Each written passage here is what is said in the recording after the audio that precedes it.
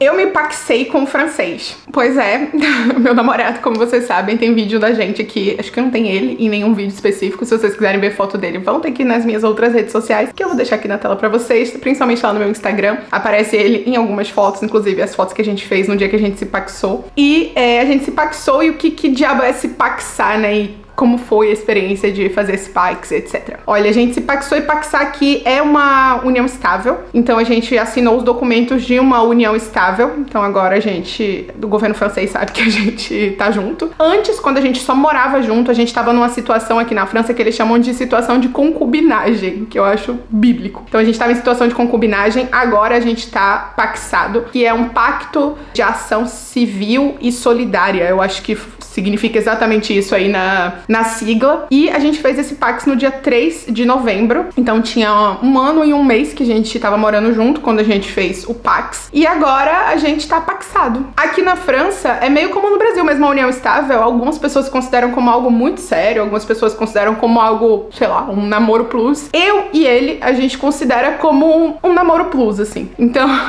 a gente não considera que a gente tá casado agora. Eu não chamo ele de meu marido e nem ele me chama de esposa. A gente não fez uma festa, a gente não convidou ninguém. Tipo, tinha uma amiga minha aqui em casa, mas ela veio porque ela veio me visitar mesmo. E ela acabou indo com a gente, foi ela que fez umas fotos da gente na frente, assim, do notaire. A gente fez num notaire, que é tipo uma pessoa que é como se fosse um advogado. Não é um advogado, não, é tipo um notário. Eu não sei se existe essa pessoa no Brasil, mas é uma pessoa que trabalha com coisas de papéis. É quase como se fosse um advogado mesmo, que faz várias coisas, compra de casa, blá blá blá. Eu tenho certeza que existe essa pessoa também no Brasil, eu só não sei o nome. E aqui você pode fazer o seu pax de duas formas. Uma é indo na prefeitura, você leva todos os documentos pedidos na prefeitura e você espera o tempo que for e eles fazem o seu pax de graça. Ou você pode fazer num notário, no notaire, que daí você paga.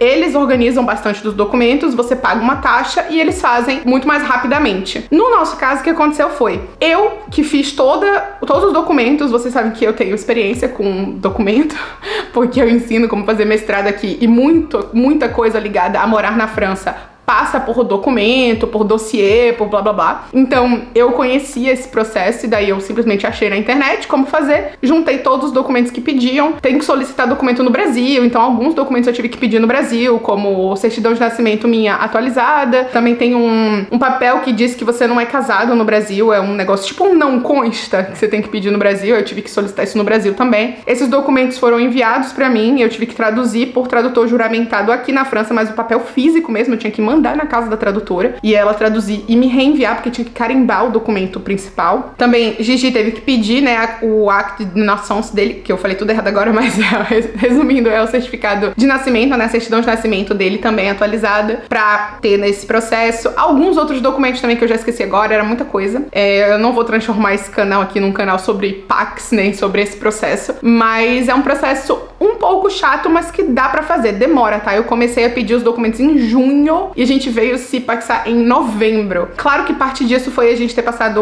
eu ter passado um mês no Brasil, então talvez você pode retirar um mês desse processo, e outra parte disso foi Gigi ficar enrolando pra pedir a certidão dele, que foi o último documento que a gente teve. Pra vocês terem uma ideia, era o único documento dele que precisava e foi o último que a gente teve. Então, porque ele ficou enrolando, porque ele falava assim, não vai demorar, vai ser tranquilo e tal, quando eu tinha muita coisa pra fazer, então ele ficou enrolando pra fazer e acabou que o dele foi a última coisa que a gente teve. Então talvez comece cedo o de todo mundo e você vai poder fazer talvez o seu processo aí em 2 meses, mesmo com o notaire, né? Se a gente ainda fosse levar pra prefeitura, ainda ia demorar mais do que esses 2 meses. E daí o que acontece? Eu troquei meu visto do visto APS, que é a autorização provisória de séjour pra encontrar emprego ou abrir empresa na França, para um visto ligado ao PAX, que é o visto de vida privada familiar, que chama aqui vie privée familiale, que é um visto ligado totalmente ao PAX. E eu fiz isso por algumas questões, era muito mais fácil pra mim. Exemplo, eu tinha outras opções de visto, né? Vocês sabem que eu tô fazendo mestrado agora, então eu podia pedir um visto, voltar pra um visto de estudante. Claro que eu ia ter que justificar muito bem por que eu tô fazendo um segundo mestrado. Eu podia também pedir um visto de trabalhador liberal, porque eu tenho minha empresa, né? Só que esse visto tem algumas questões, tipo, você tem que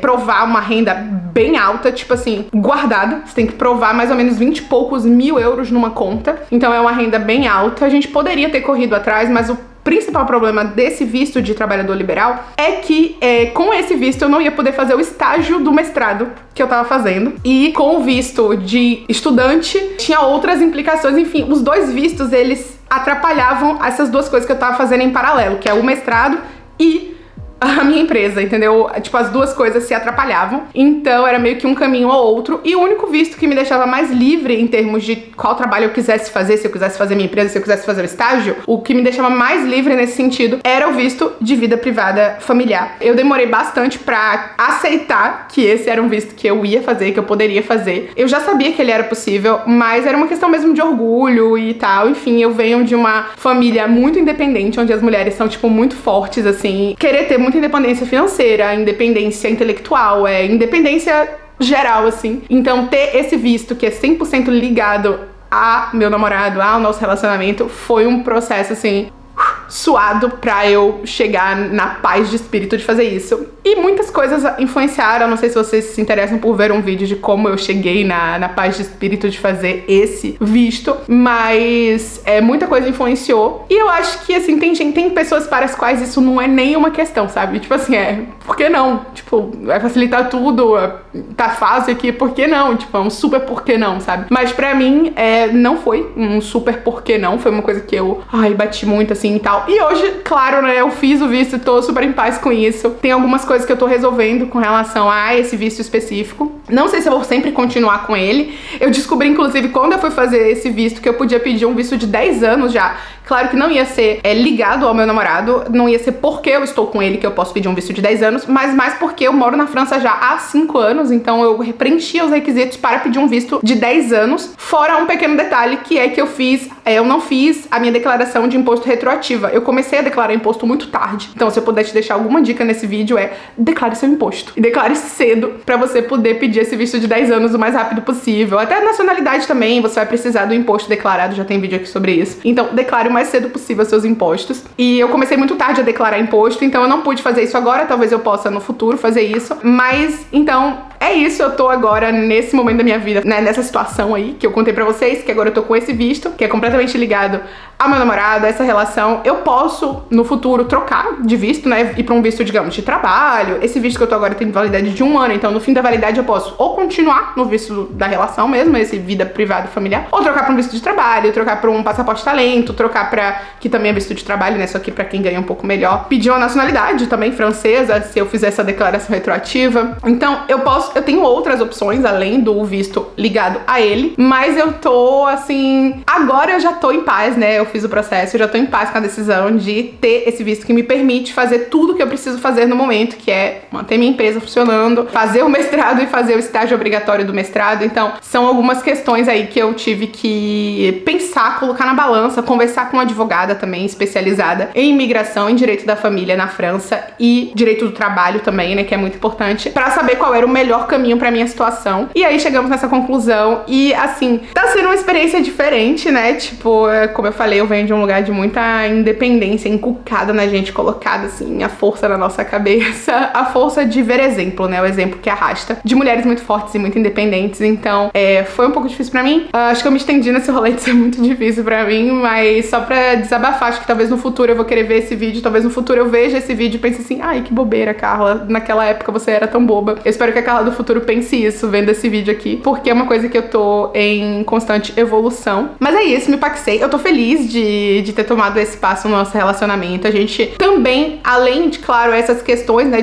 dessa facilidade que isso traz pra minha vida profissional, também tem outras questões do nosso relacionamento. A gente tá querendo avançar no nosso relacionamento em várias coisas, tipo, por exemplo, a gente tá querendo começar a ter uma base sólida financeira pra comprar uma casa e etc, então isso já facilita. A gente também tá querendo ter um filho, então assim, a gente tá se organizando financeiramente para ter um filho, se organizando psicologicamente, emocionalmente para ter um filho, é uma decisão que a gente tomou em conjunto. Então são coisas que pesam, né, na hora de você ter um contrato social, que queira ou não queira, o Pax é um contrato social, assim como o casamento. Então, todo esse peso do contrato social, trazer isso pra relação, eu acho que vale a pena quando você tá querendo dar esses passos maiores aí, e a gente tá querendo dar esses passos maiores, então foi uma decisão que a gente tomou pela gente, pela nossa relação, por mim, nesse lado pessoal que eu expliquei no começo do vídeo, vídeo, mas bastante pela nossa relação mesmo, pra avançar em direção a coisas maiores pra nós dois como casal. E eu tô muito feliz de ter, né, de ter feito isso, de ter dado esse passo, apesar de, como eu falei pra vocês, pra gente é como se fosse um namoro plus, assim, então não é também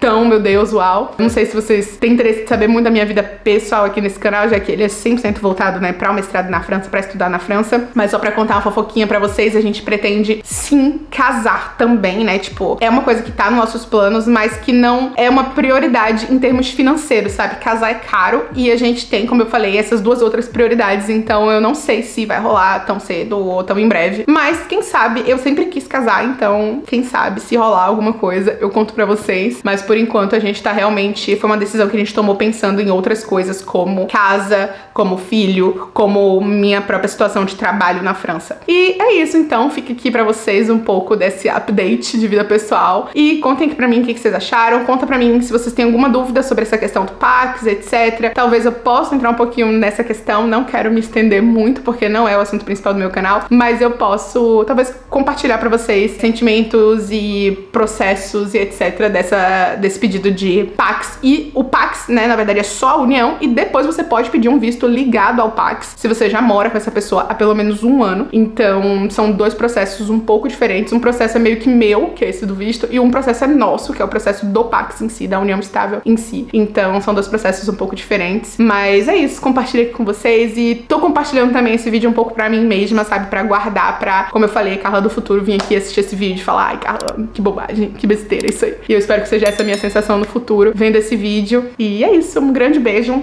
e até o próximo vídeo.